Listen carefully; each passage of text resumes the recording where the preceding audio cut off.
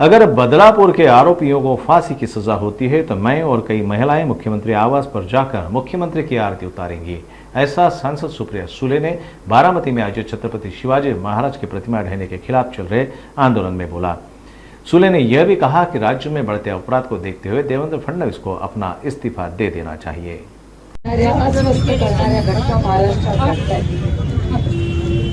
आधी आपण महागाई, बेरोजगारी आणि भ्रष्टाचाराच्या विरोधात लढत होतो।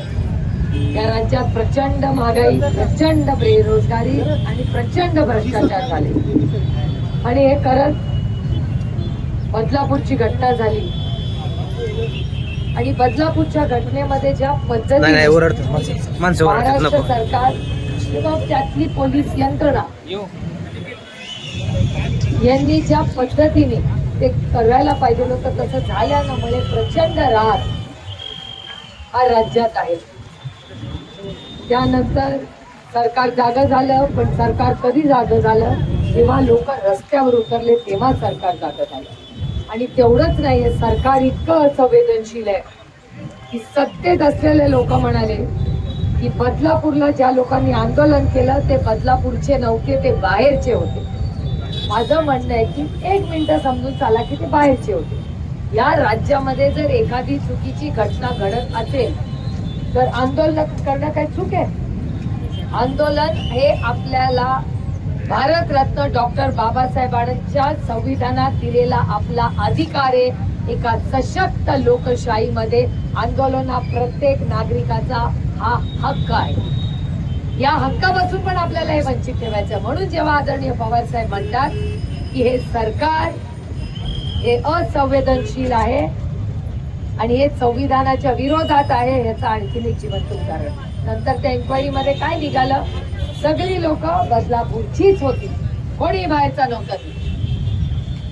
आणि बाहेरचा असला तरी गैर काय माझं म्हणणं? बदलापूरची घटना झाली, कलकत्त्याची घटना झाली, माझ्यावर आता भारतीय जनता पक्ष जोरात माझ्या विरोधात करतो की मी कलकत्त्याबद्दल बोलले नाही, मी फक्त बदलापूर बद्दल बोलते। मी कलकत्त्याबद्दल ही बोलले। बलात्कार याला राज्य नसतं, पक्ष नसतं, राजकारण नसतं। बलात्कार ही चुकीची घटना आहे, आपल्याही सरकारमध्ये झाली, तो जो गलत आहे वो गलत ही आहे। आपल्याही काळात झाली तरी मी त्याचा निषेधच करीत होई नाही।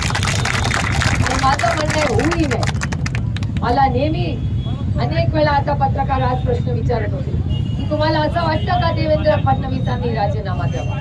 म्हणलं तुमच्या प्रश्नाचाच माझं उत्तर आहे। मी गेले 1 वर्ष सगळ्यांना सांगते की हे सरकार आल्यापासून गुन्हेगारी या राज्यात वाढलेली आहे। आणि हे मी म्हणत नाहीये, केंद्र सरकारात मंत्री कोण आहे? गृहमंत्री अमित शाह आहेत। अमित शहाचा डेटा, त्यांच्या मंत्रालयाचा डेटा सांगतो की महाराष्ट्रामध्ये क्राईम वाढलेला आहे आणि महिलांचे अत्याचार त्याहून वाढलेले। हे मी एकटी म्हणत नाहीये, हे अमित शाही म्हणतात, त्यांचं मंत्रालय म्हणतंय, पार्लमेंटचा डेटा सांगतो। आणि अशा परिस्थितीत आपण गप्प बसायचं? आपली नैतिक जबाबदारी नाही, सत्तेत असू दे किंवा विरोधात, या आपल्या लेखी आहेत आणि सरकारची जबाबदारी जास्त आहे, कारण का तुम्ही सरकारमध्ये बसलेले आहात। या राज्यामध्ये अनेक महिला म्हणतात, महिलांचं म्हणणं आहे, अनेक महिला म्हणतात, मगाशी आमची ही पण भगिनी म्हणली, तुम्ही म्हणलं मला वाटतं की 1,500 रुपये, असं महिला म्हणतात। पुरं स्टेटमेंट ऐका, महिला म्हणतात 1,500 रुपये नको, आम्ही 2,000 रुपये देतो, पण आमच्या लेखी सुरक्षित ठेवा, ही भावना बदलापूरमध्ये तुमच्याच चॅनलवर मी ऐकली। आज तुम्ही बोलला आणि ही काय परिस्थिती आहे राज्यामध्ये? खुर्चीसाठी आणि कॉन्ट्रॅक्टर यांचे, फक्त कॉन्ट्रॅक्टर प्रेमाचे, बाकी कुणावर यांचं प्रेम नाही। कुणाला बहीण आठवली नव्हती लोकसभेमध्ये, लोकसभेच्या रिझल्ट नंतर यांना बहिणी आठवल्या, आधी आठवलं की तेव्हा इलेक्शन मध्ये सगळं चाललं होतं। कोणी बहीण धक्का देत नाही, लोक देतात। अरे बहिणीचं प्रेम समजलंच नाही यांना, ह्याच प्रॉब्लेम आहे या सरकारचा।